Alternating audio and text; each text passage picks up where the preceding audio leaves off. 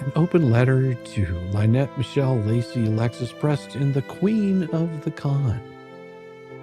Dear Preston, you must be so proud in a world full of scammers, grifters, and TikTok tragedies. You somehow clawed your way to the top of the heap, screeching for donations, fabricating stalker stories, and crying victim, louder than a fire alarm at a fireworks factory. And now here you are, defendant number one in a 74-page nuclear bomb of a federal lawsuit, right where you belong, front and center. Because we know without you, this all would not have started. Bathed in the fluorescent shame of the Gainesville Division. Yes, Gainesville Division. Let's be very clear. You didn't just accidentally end up here. You earned this, inch by inch, lie by lie, GoFundMe by GoFundMe. Your greatest hits, a legacy of lies and lunacy. Faking superfan status just long enough to use Jeremy Hales for donation, mercs, attention, before flipping to full-scale character assassination when he wouldn't bankroll your next side hustle.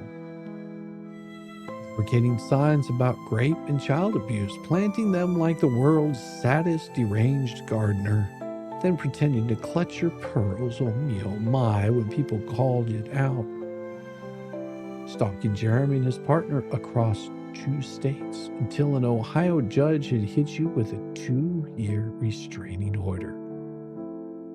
Weaponizing CPS, town officials, and the court system like a sociopath 5-year-old with access to a rotary phone and a coloring book full of felony-grade ideas. Screaming about Jeremy's obsession with your child's diapers and potty training while posting about it yourself on public forums like it was your LinkedIn resume. Running a fake tortoise rescue that was less about saving animals and more about saving yourself from having to get a real job. Demanding $65,000 in ransom money from Jeremy's followers to leave you in peace. Like you're starring in your own cut-rate hostage movie directed by Meth Lifetime. Are you still playing the victim, Michelle? The complaint reads like a documentary about your grift, and yet you're still online, still posting, still whining about how you're the one being wronged. Let me guess, Lynette. The signs wrote themselves. The lies about CPS reports just magically appeared on your Facebook feed. The child you claimed was being stalked conveniently appeared in your fundraising posts over and over for sympathy clicks. You're not a victim.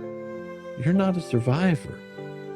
You're a con artist whose entire empire was built on emotional blackmail, fake trauma, narratives, and weaponized fake victimhood.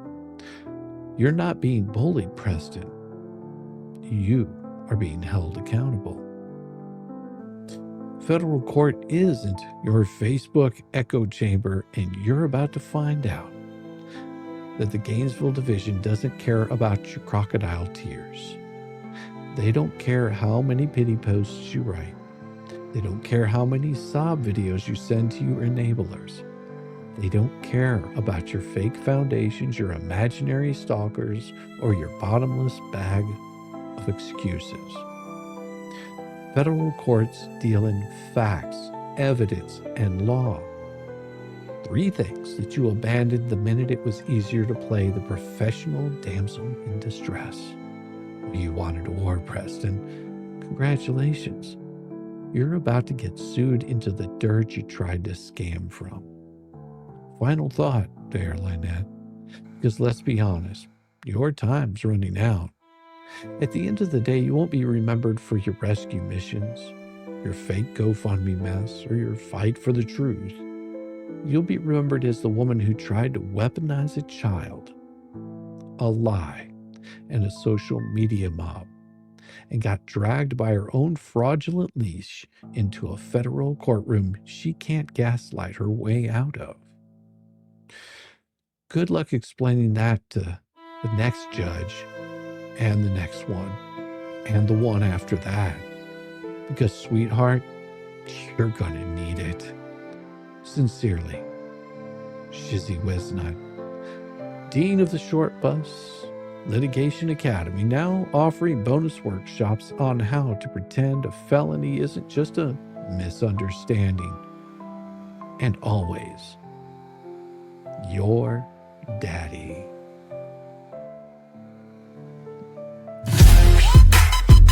It is about time. Let's break this mother down. With Shizzy Wisnut.